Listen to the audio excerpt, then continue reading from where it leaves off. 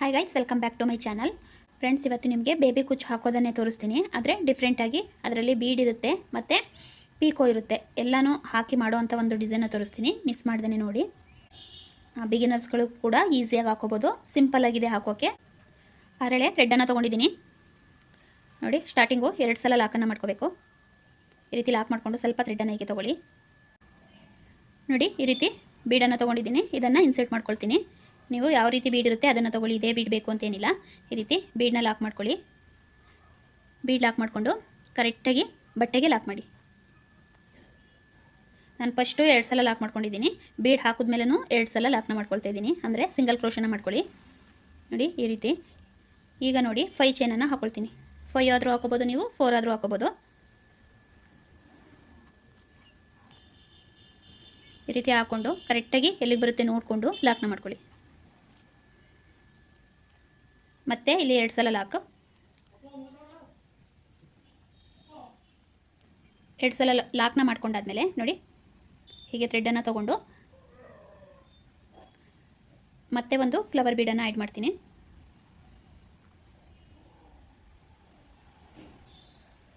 ನೋಡಿ, ಈ ರೀತಿ ತೊಗೊಂಡು ಮತ್ತೆ ಬೀಡ್ ಲಾಕ್ ನೋಡಿಕೊಂಡು ಕರೆಕ್ಟಾಗಿ ಎಲ್ಲಿಗೆ ಬರುತ್ತೆ ನೋಡಿಕೊಂಡು ಲಾಕ್ ಮಾಡ್ಕೊಳ್ಳಿ. ಏಕೆಂದರೆ ಲೂಸು ಟೈಟ್ ಮಾಡ್ಕೊಳ್ಳೋದ್ರಿಂದ ಫಿನಿಶಿಂಗು ಕರೆಕ್ಟಾಗಿ ಬರೋದಿಲ್ಲ. ಲೂಸ್ ಮಾಡಿಕೊಂಡ್ರೆ ಈ ಬಿಗ್ ಬೀಡ್ ಇದೆಯಲ್ಲ, ಅದು ಸ್ವಲ್ಪ ಬಾಗ್ದ ರೀತಿ ಕಾಣುತ್ತೆ. ಲೂಸಾಗಿ ಹಾಕ್ಕೊಳ್ತೀವಿ ಅಂದರೆ ಬಟ್ಟೆ ಸಿಂಕ್ ಬರುತ್ತೆ. ಅದಕ್ಕೋಸ್ಕರ ಹೇಳ್ತಿದ್ದೀನಿ. ಕರೆಕ್ಟಾಗಿ ಎಲ್ಲಿಗೆ ಬರುತ್ತೆ ನೋಡಿಕೊಂಡು ಹಾಕೊಳ್ಳಿ. ನೋಡಿ, ಒಂದು ಬೀಡ್ ಹಾಕಿ 5 ಚೈನ್ ಹಾಕಿ ಮತ್ತೆ ಒಂದು ಬೀಡ್ ಹಾಕಿದ್ದೀನಿ. ಈಗ ನೋಡಿ, ಒಂದು ಸಲ ಲಾಕ್ ಮಾಡಿ ಮತ್ತೆ ಒಂದು ಸಲ ಲಾಕ್ ಮಾಡಿಕೊಂಡೆ. 2 ಸಲ ಲಾಕ್ ಆಯಿತು. ಈಗ ಪಕ್ಕದಲ್ಲಿ ನೋಡಿ, ಸ್ವಲ್ಪ ಒಂದು ಪಾಯಿಂಟ್ ಗ್ಯಾಪಿಗೆ ಪಕ್ಕದಲ್ಲೇ ಮತ್ತೆ ಒಂದು ಸಿಂಗಲ್ ಕ್ರೋಶ ಅಥವಾ ಲಾಕು ಯಾವುದಾದ್ರೂ ಅಂದ್ಕೊಳ್ಳಿ. ಒಟ್ಟಿನಲ್ಲಿ ಎರಡನ್ನೂ ಒಂದೇ.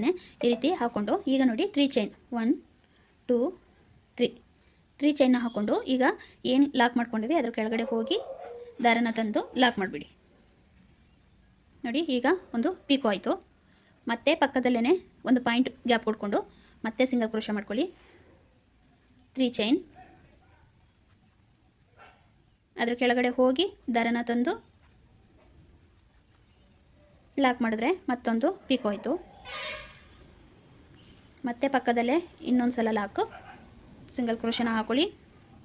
1 2 3 ಚೈನ್ನ ಹಾಕ್ಕೊಂಡು ಆ ಲಾಕ್ ಕೆಳಗಡೆ ಹೋಗಿ ದಾರನ ತಂದು ಲಾಕ್ ಮಾಡಿಕೊಂಡ್ರೆ ಒಂದು ಪೀಕೋ ಅನ್ನೋದು ಫಾರ್ಮ್ ಆಗುತ್ತೆ. ಈ ರೀತಿ ನೋಡಿ, ಈ ರೀತಿ ಬರುತ್ತೆ. ತುಂಬ ಚೆನ್ನಾಗಿ ಕಾಣುತ್ತೆ ರಿಯಲಿ ನೋಡುವಾಗ ಪೀಕೋಟ್ ಅನ್ನೋದು. ಈ ರೀತಿ ಬರುತ್ತೆ. 4 ಹಾಕಿದ್ದೀನಿ ನೋಡಿ. ಪಕ್ಕದಲ್ಲಿ ಇನ್ನೊಂದು ಸಲ ಸಿಂಗಲ್ ಕ್ರೋಶನ ಹಾಕ್ಕೊಂಡು ಮತ್ತೆ 3 ಚೈನ್ 1 2 3 ಚೈನ್ನ ಹಾಕ್ಕೊಂಡು ಲಾಕ್ ಮಾಡಿದ್ವಿ ಅಲ್ವಾ, ಅದ್ರ ಕೆಳಗಡೆ ಹೀಗೆ ಹೋಗಿ ದಾರನ ತಂದು ಲಾಕ್ ಮಾಡ್ಕೋಬೇಕು. ಲಾಕ್ ಮಾಡ್ಕೊಂಡಾದ್ಮೇಲೆ ನೋಡಿ, ಈಗ ಕರೆಕ್ಟಾಗಿ ಬಟ್ಟೆಗೆ ಲಾಕ್ ಮಾಡ್ಕೊಳ್ಳಿ. ಪಕ್ಕದಲ್ಲಿ ಇನ್ನೊಂದು ಸಲ ನೋಡಿ, ಈ ರೀತಿ ಲಾಕ್ನ ಮಾಡಿಕೊಂಡು ನೋಡಿ. ಈ ಥರ ಬೀಡ್ ಇಲ್ಲ ಅನ್ನೋದಾದರೆ ನಿಮ್ಮ ಹತ್ರ ಯಾವುದಿರುತ್ತೆ ಬೇರೆ ಬೀಡಲ್ಲೂ ಹಾಕ್ಬೋದು. ನಾನು 2 ರೀತಿ ಬೀಡಲ್ಲೂ ತೋರಿಸ್ತೀನಿ. ನಿಮಗೆ ಯಾವ್ದು ಇಷ್ಟ ಆಗುತ್ತೆ, ಫ್ಲವರ್ ಬೀಡ್ ಇಷ್ಟ ಆಗುತ್ತೋ ಇಲ್ಲ ರೌಂಡ್ ಬೀಡ್ ಇಷ್ಟ ಆಗುತ್ತೋ ನೋಡಿಕೊಂಡು ನಿಮ್ಮ ಹತ್ರ ಯಾವುದಿರುತ್ತೆ ಅದರಲ್ಲಿ ಹಾಕಿ. ಇದೇ ಬೀಡ್ಸ್ ಬೇಕು ಅಂತ ಏನಿಲ್ಲ ಫ್ರೆಂಡ್ಸ್. ಇದೇ ಡಿಸೈನ್ನ ನೀವು ಬೇರೆ ಬೀಡ್ ಹಾಕ್ಕೊಂಡು ಮಾಡ್ಕೋಬೋದು. ಒಂದು ಬೀಡನ್ನು ಹಾಕ್ಕೊಂಡು 2 ಸಲ ಲಾಕ್ನ ಮಾಡ್ಕೊಂಡಿದ್ದೀನಿ. ಲಾಕ್ನ ಮಾಡಿಕೊಂಡು ಈಗ ಮತ್ತೆ 5 ಚೈನನ್ನು ಹಾಕ್ಕೊಳ್ತೀನಿ. ನೀವಿಲ್ಲಿ ಕುಚ್ಚು ಕಟ್ಟಕ್ಕೆ ಹಾಕ್ತಾ ಇರೋದು ನಾನು. ನೀವು 5 ಆದರೂ ಹಾಕ್ಕೊಳ್ಳಿ, ಇಲ್ಲ 4 ಆದರೂ ಹಾಕ್ಕೋಬೋದು.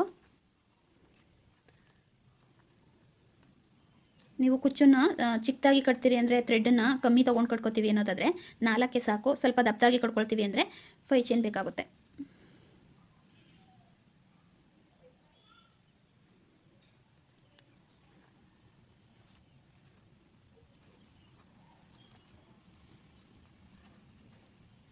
ನಾನಿಲ್ಲಿ ಶಾಂಪಲ್ ಪೀಸಿಗೆ ಹಾಕ್ತಾಯಿದ್ದೀನಿ. ನೀವು ಒಂದು ಸಲ ನೀವು ಶಾಂಪಲ್ ಪೀಸಿಗೆ ಹಾಕ್ಕೊಂಡು ಕಲಿಯೋರು ಆಮೇಲೆ ಸೀರೆಗೆ ಹಾಕ್ಕೊಳ್ಳಿ, ಚೆನ್ನಾಗಿ ಬರುತ್ತೆ ನೋಡಿ. ಬೀಡನ್ನ ಹಾಕ್ಕೊಂಡು 2 ಸಲ ಲಾಕ್ ಮಾಡ್ಕೊಂಡಾಯಿತು. ಈಗ ಒಂದೇ ಒಂದು ಪಾಯಿಂಟ್ ಗ್ಯಾಪ್ ಕೊಟ್ಕೊಂಡು ಪಕ್ಕದಲ್ಲಿ ಒಂದು ಸಿಂಗಲ್ ಕ್ರೋಶ ಅಥವಾ ಲಾಕ್ ಹೀಗೆ ಮಾಡಿಕೊಂಡು 1 2 3 ಚೈನನ್ನು ಹಾಕ್ಕೊಂಡು ಅದ್ರ ಕೆಳಗಡೆ ಹೋಗಿ ದಾರನ ತಂದು ಲಾಕ್ನ ಮಾಡ್ಕೋಬೇಕು. ಹೀಗೆ ಮಾಡಿದ್ರೆ ಒಂದು ಪೀಕೋಟ್ ಅನ್ನೋದು ಆಗುತ್ತೆ. ತುಂಬ ಚೆನ್ನಾಗಿ ಕಾಣುತ್ತೆ ಫ್ರೆಂಡ್ಸ್. ನೀವು ಇವನ್ನೆಲ್ಲ ರಿಯಲಿ ಹಾಕ್ಕೊಂಡು ನೋಡಿದಾಗಲೇ ನಿಮಗೆ ಗೊತ್ತಾಗೋದು ಕ್ಯಾಮ್ರಾಗಳಿಗಿಂತ.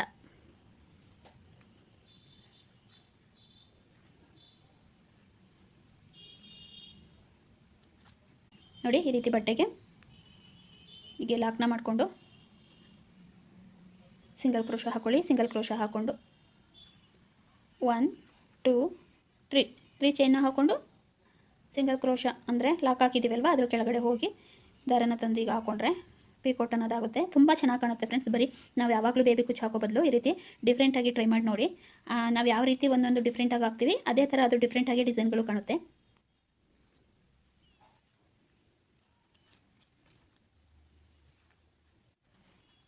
ಹಾಗೆ ಫ್ರೆಂಡ್ಸ್, ಲೈಕ್ ಮಾಡೋದನ್ನು ಮರಿಬೇಡಿ. ಹೊಸಬ್ರು ಯಾರು ನೋಡ್ತಾ ಇದ್ದರೆ ದಯವಿಟ್ಟು ಸಬ್ಸ್ಕ್ರೈಬ್ ಆಗೋದನ್ನು ಮರಿಬೇಡಿ.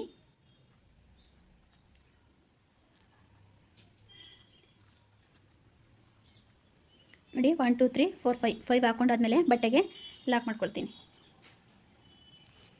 ಈಗ ಟೂ ಟೈಮ್ ಯಾಕೆ ಹಾಕ್ತಿದ್ದೀನಿ ಅಂದರೆ ನಾನು ಸ್ವಲ್ಪ ಬಿಗ್ ಬೀಟ್ ತೊಗೊಳ್ತಾ ಇರೋದ್ರಿಂದ ಸ್ಟಿಪ್ಪಾಗಿ ಚೆನ್ನಾಗಿ ಕೂರಲಿ ಅನ್ನೋ ಕಾರಣಕ್ಕೋಸ್ಕರ ಮಾತ್ರ 2 ಟೈಮ್ಸ್ ಲಾಕ್ನ ಮಾಡ್ತಿರೋದು. ನೀವು ಬೇಕು ಅಂದರೆ ಒಂದು ಸಲ ಲಾಕ್ ಮಾಡ್ಕೋಬೋದು, ಏನು ತೊಂದರೆ ಇಲ್ಲ.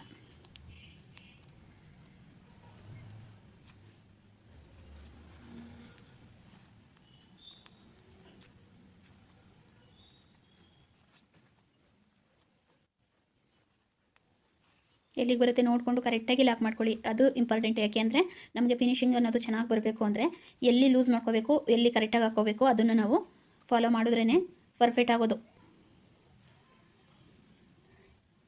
ಇಲ್ಲಾಂದರೆ ಫಿನಿಶಿಂಗ್ ಅನ್ನೋದು ಚೆನ್ನಾಗಿ ಬರೋದಿಲ್ಲ. ಅದಕ್ಕೋಸ್ಕರ ಹೇಳೋವಂಥ ಪಾಯಿಂಟ್ಗಳನ್ನ ಗಮನದಲ್ಲಿ ಇಟ್ಕೊಂಡು ವರ್ಕ್ನ ಮಾಡ್ಕೊಳ್ಳಿ.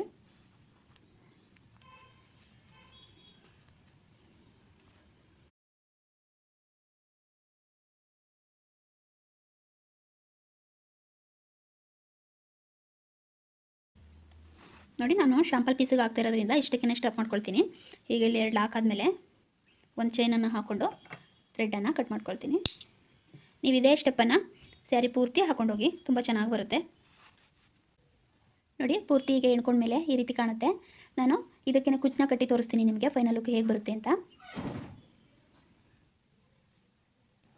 ನೋಡಿ ಫ್ರೆಂಡ್ಸ್, ಫೈನಲ್ ಲುಕ್ ಅನ್ನೋದು ಈ ರೀತಿ ಬರುತ್ತೆ. ನೀವಿಲ್ಲಿ ಕಾಂಟ್ರಾಸ್ಟ್ ಕಲರಲ್ಲಿ ಹಾಕೊಳ್ಳಿ, ನಾನು ಸಿಂಗಲ್ ಕಲರಲ್ಲಿ ಹಾಕೊಂಡಿದ್ದೀನಿ. ಸುಮ್ಮನೆ ಶಾಂಪಲ್ ಪೀಸಿಗೆ ಮಾಡ್ತಾ ಇರೋದ್ರಿಂದ ನೀವು ಸೀರೆಗೆ ಕಾಂಟ್ರಾಸ್ಟ್ ಕಲರಲ್ಲಿ ಹಾಕೊಂಡ್ರೆ ತುಂಬ ಚೆನ್ನಾಗಿ ಕಾಣುತ್ತೆ. ನೋಡಿ, ಈ ರೀತಿ ಬರುತ್ತೆ, ತುಂಬ ಚೆನ್ನಾಗಿ ಕಾಣುತ್ತೆ. ಇಲ್ಲಿ ಪೀಕೋಟು ಇರೋದ್ರಿಂದ ಡಿಫ್ರೆಂಟಾಗಿ ಚೆನ್ನಾಗಿ ಕಾಣುತ್ತೆ. ನೋಡಿ, ಈ ರೀತಿ ಫ್ಲವರ್ ಬೀಡಾದರೂ ಹಾಕೋಬೋದು ನೀವು, ಈ ರೀತಿ ಕಾಣುತ್ತೆ. ಇಲ್ಲ ಈ ರೀತಿ ಮಾಮೂಲಿ ಬೀಡ್ಗಳು, ರೌಂಡ್ ಬೀಡು ಯಾವುದಾದ್ರೂ ಸರಿ ಹಾಕೋಬೋದು. ಮಧ್ಯ ಹೀಗೆ ಪೀಕೋಟ್ನ ಹಾಕೊಳ್ಳಿ, ಡಿಫ್ರೆಂಟಾಗಿರುತ್ತೆ, ತುಂಬ ಚೆನ್ನಾಗಿ ಕಾಣುತ್ತೆ. ಸ್ಯಾರಿ ಪೂರ್ತಿ ಹಾಕೋದ್ರಿಂದ ಒಂದೇ ಥರ ಹಾಕೊಳ್ಳೋ ಬದಲು ಈ ರೀತಿ ಡಿಫ್ರೆಂಟಾಗಿ ಟ್ರೈ ಮಾಡಿ ನೋಡಿ. ಫ್ರೆಂಡ್ಸ್, ಈ ಸಿಂಪಲ್ ಆಗಿರೋ ಡಿಸೈನ್ ನಿಮಗೇನಾದರೂ ಇಷ್ಟ ಆದರೆ ಲೈಕ್ ಮಾಡೋದನ್ನು ಮರಿಬೇಡಿ. Thank you for watching.